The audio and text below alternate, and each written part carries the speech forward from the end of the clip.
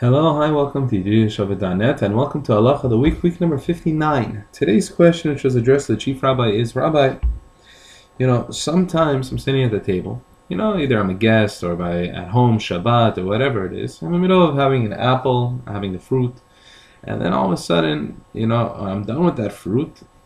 It comes to the table an entire whole fruit bowl of more apples. So I'm wondering, do I make a bracha on that? And even more so, what happens? I'm sitting at the table, and not more apples, but more oranges come at the table. I know the blessing of the apple is ha'etz, blessing of the orange is ha'etz, but the fact was, it wasn't at the table when I made the blessing.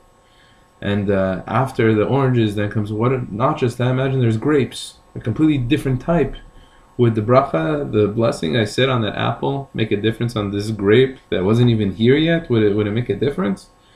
And so the rabbi, he goes through this in length, and he says that what you are talking about doesn't make a difference based on the type of fruit. It makes a difference on the setting. Meaning, if you're sitting at the table, and you had in mind, I'm going to eat some fruit, you're eating this apple, and you're still in the mood of eating fruit, and more fruit was brought to the table, whether if it's an apple, whether if it's an orange, whether if it's a grape, whether if it's a pomegranate, all different types of fruits, as long as it's the same bracha, then it's okay. You don't have to say another blessing anymore, because the fact is you already made one blessing. That's an all-encompassing blessing towards all fruits.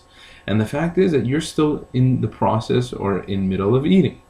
Now that they bring more fruits and different types, doesn't make a difference. But let's say if you told yourself, okay, I'm done. I'm done eating. I don't want to eat anymore. And then, you talk a little bit, then you're like, okay, I want to eat a little bit more right now. Do you make a blessing then? Yes, you make a blessing then. Why? What's the difference? The difference is, one, you're still in the motion of eating. It was part of the same first blessing.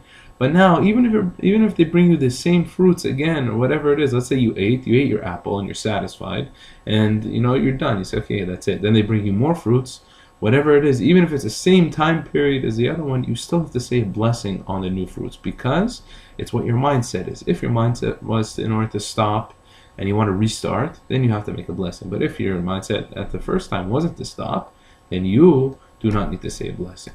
So Bezrat Hashem, we see how important it is to make sure when to say a blessing at the right time, when to make sure not to say a blessing at the right time, because also an extra blessing is called the bracha she'eno tzricha, and sometimes it's saying God's name in vain. And we only want to use God's name in holy purposes and not for no reason whatsoever. I want to wish you a beautiful day, and Bezrat Hashem, I'll see you tomorrow for Jewish Wisdom, week number 59.